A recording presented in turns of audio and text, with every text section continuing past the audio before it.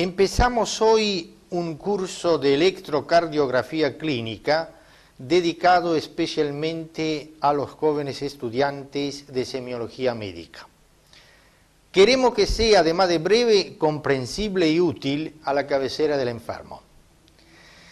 Así lo hemos hecho durante muchos años, con las distintas comisiones de alumnos en la sala del Hospital Durán primero y del Hospital de Clínica después, respectivamente en la octava y en la séptima cátedra de Medicina, y también en el Hospital Paroissien de La Matanza y en el Hospital Naval. Hemos aprendido así en forma recíproca alumnos y docentes. Hoy abrimos la charla diciendo que la electrocardiografía es un método de estudio más bien empírico, pero que nos ha ofrecido y seguirá ofreciendo bases de diagnóstico en algunas dolencias cardíacas, lo que es bastante, como sabemos todos lo que hemos participado muchas mañanas en la angustia de un diagnóstico en una sala de hospital. El curso se desarrollará en capítulos con el siguiente temario. Primer capítulo, nociones de electrofisiología, activación normal del corazón, derivaciones bipolares y unipolares de los miembros y precordiales. Capítulo segundo, registro de un electrocardiograma, electrocardiograma normal, ondas, complejos, segmentos, intervalos, eje eléctrico medio, rotaciones del corazón, medición de la frecuencia cardíaca. Capítulo tercero, electrocardiograma patológico, hipertrofia auricular, hipertrofia ventricular.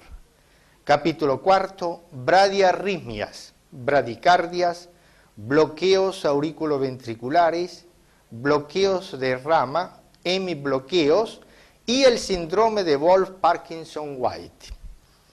Capítulo quinto, taquiarritmias, taquicardia sinusal, auricular, de la unión auriculoventricular, ventricular, aleteo y fibrilación auricular y ventricular, extrasístoles, supraventriculares y ventriculares. Capítulo sexto, alteraciones del segmento ST y onda T, infarto de miocardio. Con este último capítulo damos por terminado este curso elemental de electrocardiografía clínica. Capítulo primero, nociones de electrofisiología, activación normal del corazón, derivaciones bipolares y unipolares de los miembros y precordiales. Las fibras del miocardio, como cualquier otra célula, está cargada de electricidad, a la manera de una batería. Esta electricidad se debe a la presencia de iones dentro y fuera de la célula. Por dentro, potasio, por fuera, sodio. Cuando la célula está en reposo, el interior es negativo y se llama potencial de reposo transmembrana, que es de unos menos 90 milivoltios. La célula en reposo se dice que está polarizada. Si se colocan dos electrodos por dentro o por fuera, no se registra electricidad porque no se produce diferencia de potencial. Pero si se coloca uno por dentro y otro por fuera de la célula, por dentro y por fuera de la célula, se registra diferencia de potencial y la aguja se desvía hacia el lado con mayor potencial. La célula en reposo o polarizada tiene el interior negativo. Si se estimula, empieza a entrar sodio y salir potasio, por lo que la célula se vuelve positiva en su interior. En este momento se dice que la célula está despolarizada. Esa diferencia de potencial se representa como un dipolo, que es una flecha con cabeza positiva y cola negativa. Con el sodio entra también cloro, que negativiza el interior. Cuando es todo negativo, se dice que la célula está repolarizada y pronta para recibir un nuevo estímulo. Si estos hechos se registran en un papel, el potencial de reposo o transmembrana forma 5 fases. Vemos aquí RP, que quiere decir potencial de reposo. TP es potencial umbral. El cambio de potencial se hace rápidamente y da la fase 0, que es la R del electrocardiograma. El potencial pasa de menos 90 milivoltios a más 10 milivoltios, de menos 90 a más 10 milivoltios. A continuación se escribe la fase 1 como una espiga. Ambas indican el QRS, es decir, la activación ventricular. Luego se inscriben 3 fases que representan la repolarización ventricular y por ende el ST-T. La fase 2 es como una meseta y se debe a un equilibrio entre la entrada de sodio y la salida de potasio y representa el ST, es decir, el segmento ST. La fase 3 representa la T, la onda T, y la fase 4 a la diástole eléctrica, el segmento TP. De acuerdo a la característica de esta fase 4, las fibras se dividen en no automáticas, en la que es recta, y automáticas, en la que es curva hacia arriba. Las automáticas tienen capacidad para autoestimularse y transformarse en marcapaso, de gran importancia en las arritmias. Cuando una célula es estimulada, se activa o despolariza. La despolarización se representa como un dipolo, que avanza como una cresta de onda positiva que deja un rastro negativo. Se presenta como un vector. El vector es un segmento de recta que tiene magnitud, dirección y sentido. La magnitud es pequeña. La dirección es la recta que une ambos polos. Y el sentido es la flecha, con cabeza positiva y cola negativa. Si se registra la cola, la deflexión es negativa. Si se registra la cabeza, es positiva. Si se registra la parte media, es isodifásica. La repolarización también se presenta como un dipolo, pero al revés y más lenta. A medida que avanza va borrando lo negativo y deja un campo positivo. Por eso, la repolarización, a pesar del sentido inverso, registra también una onda positiva, la T. Y como es más lenta, es más ancha y redondeada y menos alta que el QRS. La T es tan ancha como el QRS, es decir, equivale a 0,10 segundos. Veamos ahora la activación normal del corazón. La activación normal del corazón se realiza a partir de un estímulo que sale del nódulo sinusal. Este nódulo está situado en el ángulo formado por la aurícula derecha y la vena cava superior. El tejido específico comprende además el nódulo auriculoventricular, el de His y sus ramas y la red de Purkinje. Primero se activa la aurícula derecha, después el tabique y por fin la aurícula izquierda, a través del fascículo de Bachmann que sale del fascículo internodal anterior. Hay dos teorías que tratan de explicar la activación auricular. Una dice que se hace a partir del nódulo sinusal y que se expande en forma de ondas, como las provocadas por una piedra caída en el agua. Otra que dice que existen vías preformadas, llamados fascículos internodales. El internodal anterior y medio, que llegan a la parte superior del nódulo auriculoventricular, y el posterior, que va a la parte inferior y por ende cortocircuita al nódulo auriculoventricular. Por lo tanto, el estímulo puede llegar antes a la dejís y provocar arritmias. Por ejemplo, una taquicardia paroxística, como sucede en el síndrome de preexcitación. En la figura aquí que está abajo se representa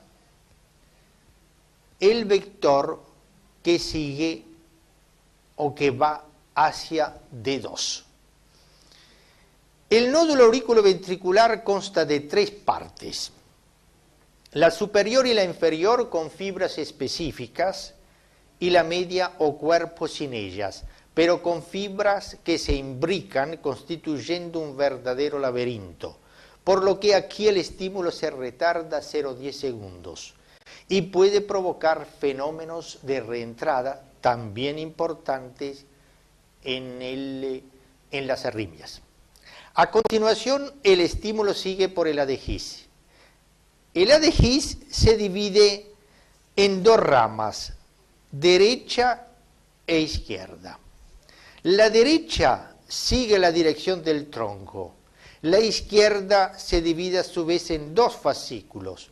El anterior, que va a la parte antero-superior del ventrículo izquierdo, y el posterior, que va a la parte postero-inferior. Y por fin llega la red de Purkinje y fibras comunes desde la punta a la base del corazón. Lo primero que se despolariza es el tabique, de izquierda a derecha, y da la pequeña R en V1 y la pequeña Q en V6. Es el primer vector. Luego se activa la pared libre de los ventrículos y da dos vectores, uno para cada ventrículo, DoD para el derecho, DoSi para el izquierdo, y dan la R y la S. Por fin se activan las partes altas, donde no hay fibra de Purkinje, y constituyen el tercer vector, que da la última parte de S en V1 o R1 y de S en V5. La activación se hace de endocardio a epicardio de manera perpendicular y no paralela como se hacía en las aurículas. La repolarización es más lenta.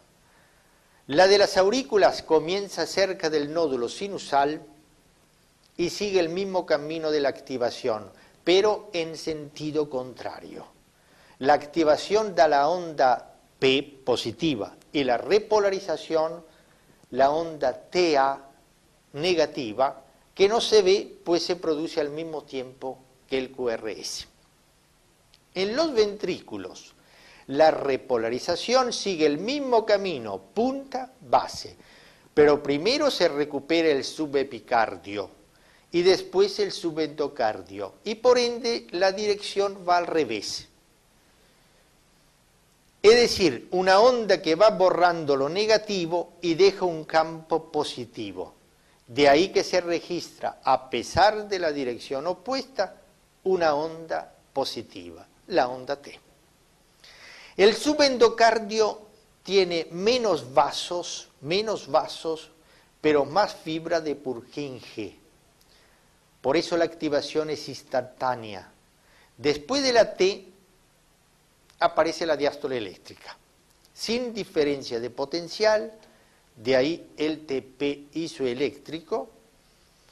En este momento las células están en reposo y prontas para un nuevo estímulo.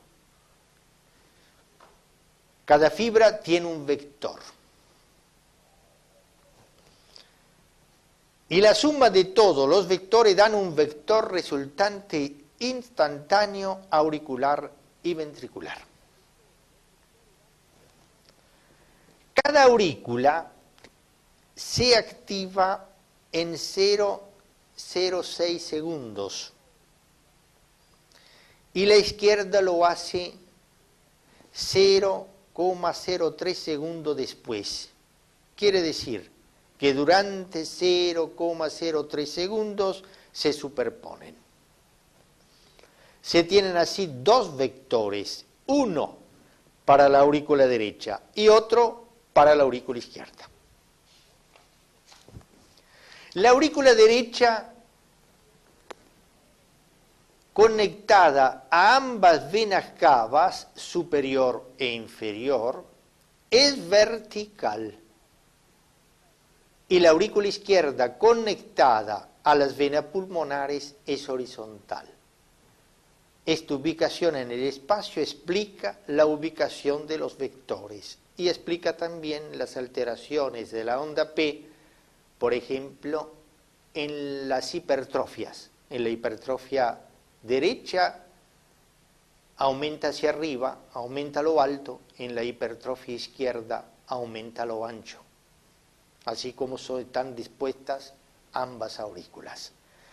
El vector de la aurícula derecha es vertical y el de la izquierda es horizontal. El vector resultante es la bisectriz del ángulo que forman ambos y que va hacia abajo y a la izquierda, es decir, va hacia D2. El AP, es decir, el vector de P y el eje de P está entre más 40 y más 60 grados. En los ventrículos se forman tres vectores. El primero es el vector septal que va de izquierda a derecha. El segundo, que corresponde a los ventrículos, do D para el derecho, do Si para el izquierdo priva sobre el derecho, porque el grosor de la pared es mayor. A este vector hay que quitar, por supuesto, el vector derecho, al vector izquierdo quitarle el vector derecho, de todo modo, la dirección del vector sigue siendo la del vector izquierdo, es decir, hacia abajo y a la izquierda, entre 0 grados y más 90 grados. Esto se llama eje eléctrico del corazón. El tercer vector se debe a la activación de la parte alta de la pared ventricular y del tabique, donde no hay fibra de Purkinje. Esta imagen muestra que el primer vector forma la R en V1 y la Q en V5. El segundo vector, la R en V5 y la S en V1. Y el tercer vector, la última parte de la S en V1 o una R primera y la S en V5. La repolarización tiene un solo vector. El auricular tiene la misma magnitud y dirección que el de activación, pero de sentido contrario. El de activación va abajo y a la izquierda y da la P. El de repolarización va arriba y a la derecha y da la TA. TA entonces opuesta a P. El de repolarización ventricular va como el de activación, hacia abajo y a la izquierda, pero un poco separado, constituyendo con el de activación ventricular un ángulo llamado gradiente ventricular, que en la práctica no se usa. Tiene la misma magnitud y dirección, pero sentido inverso. Sin embargo, al avanzar, borra lo negativo y deja un rastro positivo, por lo que se registra una onda positiva, la onda T. La figura muestra la onda T, las distintas formas y el gradiente ventricular. Abajo indica que el corazón vertical muestra un eje que va a la derecha, quiere decir que va en D3, donde se ve más grande. Y el corazón horizontal lo hace hacia BL, es decir, hacia la izquierda. Pasemos ahora a las derivaciones. Para registrar un electrocardiograma basta un solo plano, frontal u horizontal. En cambio, para el vectocardiograma se necesitan 3 planos, que son el sagital, el frontal y el vertical. Además, el horizontal. Sagital, frontal, vertical, horizontal. Para el registro se usan derivaciones bipolares y unipolares de los miembros en el plano frontal y precordiales en el plano horizontal. Se llaman derivaciones bipolares o estándar o clásicas porque ambos electrodos son activos y colocados en puntos simétricos de los miembros. De ellos, uno es negativo y el otro es positivo. La primera derivación, o de 1, registra la diferencia de potencial entre ambos brazos. Derecho negativo, izquierdo positivo. La segunda derivación, o D2, va del brazo derecho negativo a la pierna izquierda positiva. La tercera derivación, o D3, va del brazo izquierdo, en este caso negativo, y la pierna izquierda positiva. Si se unen estos 3 puntos, se forma un triángulo equilátero llamado triángulo de Einthoven. 30 años más tarde, Wilson introdujo las derivaciones unipolares de los miembros, en las que solo un electrodo es el activo y el otro es indiferente y debe colocarse muy lejos. Como en el hombre no existe un punto tan distante, se coloca al indiferente en 3 resistencias de 5000 ohms, una para cada miembro, para obtener el potencial cero o cero eléctrico, y se llama central terminal de Wilson. Las derivaciones se llaman V de voltio y respectivamente VR, VL, VF, R de right, derecho, L de left, izquierdo, y F de foot, pie. Pero como los valores obtenidos son pequeños, Goldberger modificó la central terminal desconectando del circuito el miembro explorado y suprimiendo las 3 resistencias. Se obtienen así potenciales mayores y se llaman ABR, ABL, ABF, donde A equivale a aumentado.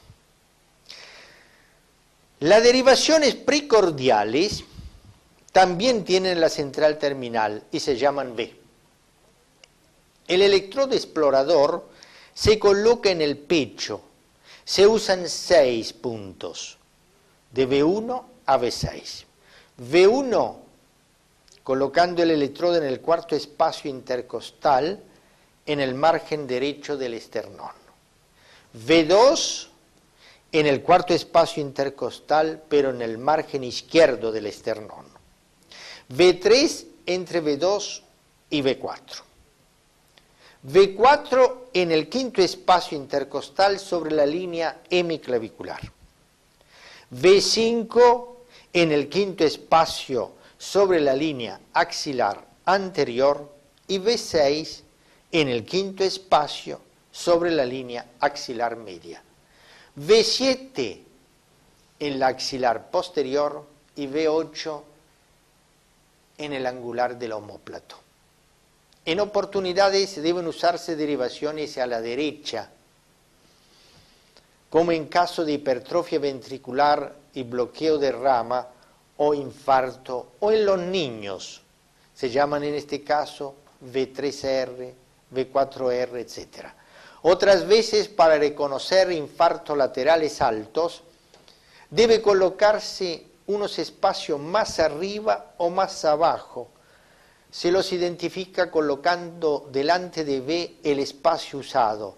Así, 5V2 indica que V2 se ha registrado en el quinto espacio. Esta imagen muestra la ubicación de los planos frontal y horizontal y la derivación respectiva. En el plano frontal, las bipolares y las unipolares de los miembros, y en el plano horizontal, las precordiales. Cada derivación tiene un eje, que es la recta que une ambos electrodos.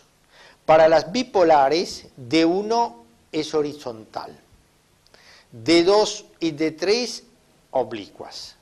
Y para las unipolares, el eje va del electrodo al centro del corazón, que es el cero eléctrico, ubicado en el ventrículo izquierdo.